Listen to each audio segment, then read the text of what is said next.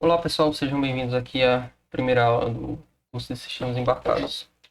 Então, vamos começar aqui com os fundamentos dos sistemas embarcados. Eu vou falar um pouco da arquitetura geral do hardware e do firmware e os propósitos gerais que envolvem os sistemas embarcados em si, assim como as restrições físicas e operacionais deles. Bem, vamos começar aqui pela definição formal. Um sistema embarcado ele é basicamente um sistema eletrônico microprocessado ou microcontrolado, projetado para realizar uma função específica ou um conjunto muito restrito de funções. Diferente de computadores pessoais e smartphones que executam múltiplas tarefas dinâmicas definidas pelo usuário, o sistema embarcado ele nasce e morre fazendo a mesma função. Então, a ideia do sistema embarcado, em geral, ela é realizar um propósito específico, fazer uma coisa específica. Pega seu computador, como exemplo, o seu computador ele pode fazer diversas coisas diferentes. É só você adicionar mais programas, adicionar mais softwares, mais aplicativos. Mesma coisa do seu celular. Seu celular tem o quê? Tem o WhatsApp, tem o Instagram, tem as configurações que você pode utilizar, um reprodutor de música, enfim, você pode ir adicionando funções à medida que você vai querendo. Mas isso tem um custo, né? Exige um certo processamento maior para realizar essas funções gerais, né? Que você pode ir adicionando. Sistemas embarcados em geral eles fazem apenas uma coisa específica. E por realizar essa coisa específica, ele tem um poder de processamento adequado àquela coisa específica. Então você deve projetar de forma adequada o sistema. Por exemplo, um painel de controle do micro-ondas. Você não pode adicionar aplicativos. Não dá para instalar o WhatsApp lá, o Instagram, o painel de controle do micro-ondas. Porém, você tem todas as funções necessárias para ele interagir com o seu micro-ondas. Definir lá o tempo, de aquecimento de alguma comida, enfim. Você, ele tem aquele propósito específico. Então, ali é um sistema embarcado. Aqui eu venho falando um pouco sobre o hardware e o firmware, que operam intimamente acoplados e completamente escondidos dentro do equipamento final de uso. O usuário final ele interage com a máquina sem ter a consciência de que existe um computador dedicado, uma coisa dedicada ali rodando internamente. Como eu falei, um exemplo seria o próprio painel do micro-ondas, o módulo de freio ABS de algum automóvel e um roteador Wi-Fi. Pegar o roteador Wi-Fi, por exemplo. Ele tem um firmware dedicado a funcionar. O firmware é o código, vamos dizer assim, que é dedicado a trabalhar com aquele roteador. Se eu pegar esse código e colocar ele para rodar num computador pessoal, ele não vai funcionar. Basicamente, ele foi projetado para estar dentro daquele hardware específico. Então, o hardware e o software, o hardware e o código, o firmware, eles se comunicam perfeitamente num sistema embarcado, certo? Então, e basicamente a interação que o usuário tem é somente com botões e LEDs, o painel, enfim, para monitorar esse sistema embarcado. Pegue, por exemplo, o painel do micro-ondas. O painel do micro-ondas você não interage com o sistema de uma forma completa. Você interage somente para aquele propósito específico. Você mexe lá nos botões para definir o tempo, você vê o display com os números para saber o output do tempo que está restando, para você pegar sua comida, enfim. Mas, né? Sistemas embarcados, em geral, eles interagem diretamente com o mundo físico através de sensores e atuadores. Então, você vai ter um processamento ali central que vai ler dados de alguns sensores, seja sensor de temperatura, sensor de pressão, enfim. E a partir daquela leitura daqueles dados, ele vai tomar algumas ações, seja ligar algum motor, indicar em algum LED e alguma coisa está errada, enfim. Em geral, o tempo de resposta operacional é tão crítico quanto a exatidão matemática do cálculo executado pelo processador. Em geral, em sistemas embarcados a gente quer que as coisas sejam rápidas. Né? Em um computador pessoal, mais uma vez, usando como contra-exemplo, se você abre se você quer pesquisar alguma coisa, você quer ver um vídeo no YouTube, você espera as coisas acontecerem. Você espera o computador ligar, você abre o navegador, espera ele inicializar e depois abre o YouTube. Não tem nenhum problema. Mas, em geral, em sistema embarcado, de propósito geral, você quer que as coisas aconteçam de forma quase instantânea. E você precisa que essas coisas aconteçam instantaneamente. Então, por exemplo, no painel do micro-ondas novamente, se você clicar nos botões ali e esperar toda vez que alguma coisa aconteça para você clicar em alguma coisa, para funcionar, Basicamente, ele é um sistema embarcado ruim, né? Você, quando clica ali, eu quero setar 1 minuto para aquecer essa comida. Você seta lá e as coisas acontecem instantaneamente. Então, em geral, é isso que o sistema embarcado é projetado, para ter rapidez em seu processamento e realização de ações. Existem dois tipos de sistemas embarcados que a gente pode categorizar aqui. Existem aqueles que, em relação à restrição de tempo, que são aqueles com hard real time, que são os críticos realmente, e o soft real time. Uma hard real time, o não cumprimento do prazo de resposta resulta em falha catastrófica ou destruição do equipamento. Um exemplo que eu coloco aqui é uma falha de milissegundo no controle de voo de um drone ou na injeção eletrônica de um motor.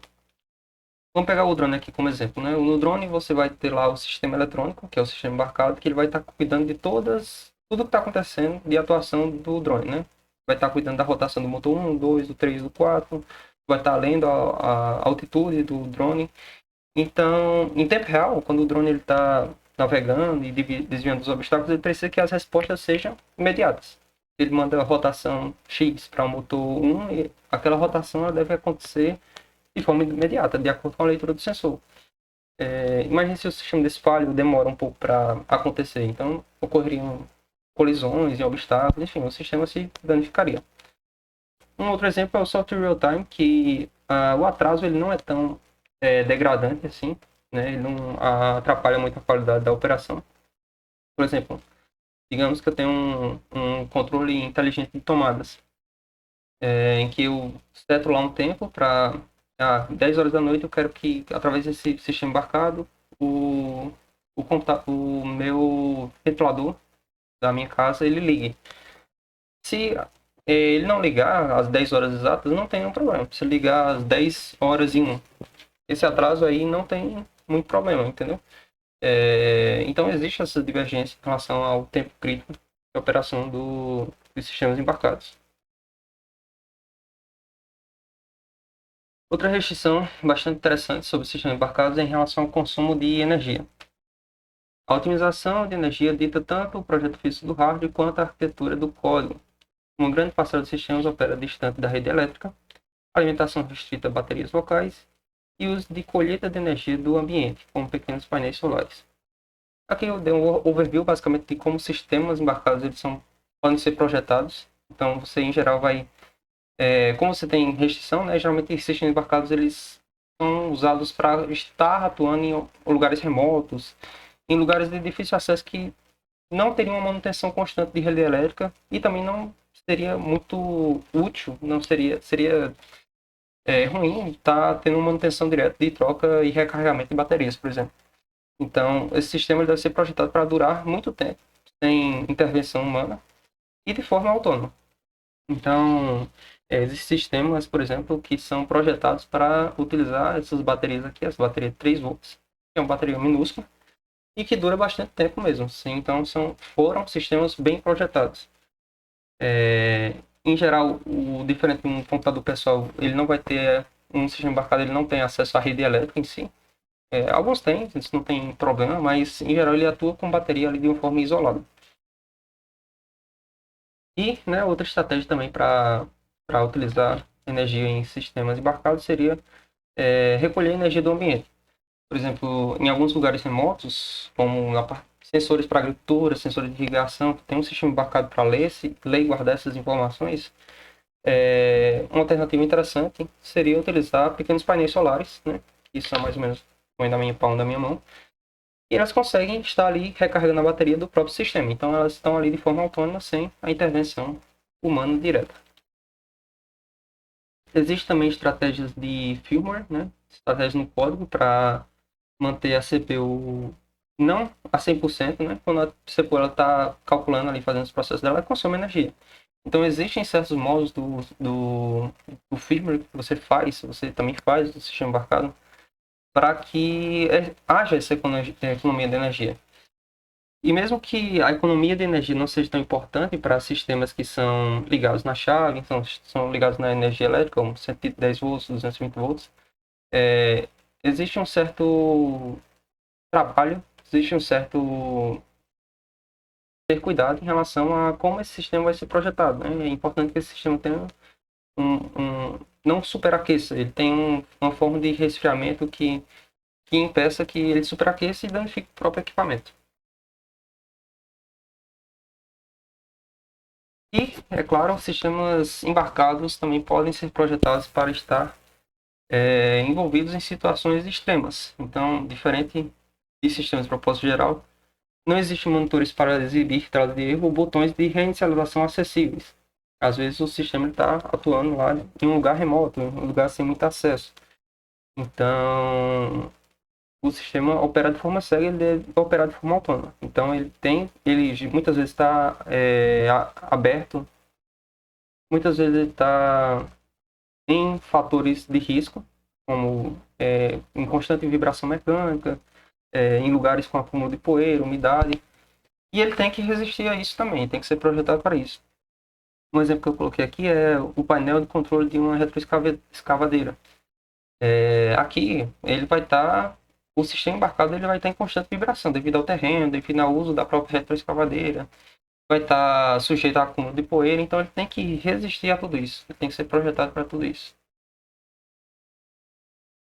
E é claro também, existem certos mecanismos, além do hardware em si, da projeção do hardware, existe mecanismo na projeção do software, né, do código, que permitem que o seu sistema seja autônomo. A gente vai passar por alguns deles na medida do curso. Então, mesmo que o sistema pare, mesmo que o sensor de temperatura ele não esteja funcionando, é importante que o sistema ele continue operacional da melhor forma possível. Então, são coisas importantes para sistemas embarcados que geralmente a gente não vê em computadores pessoais. E por fim, o sistema embarcado, com todas essas restrições, ele deve operar de forma contínua por um bom espaço de tempo.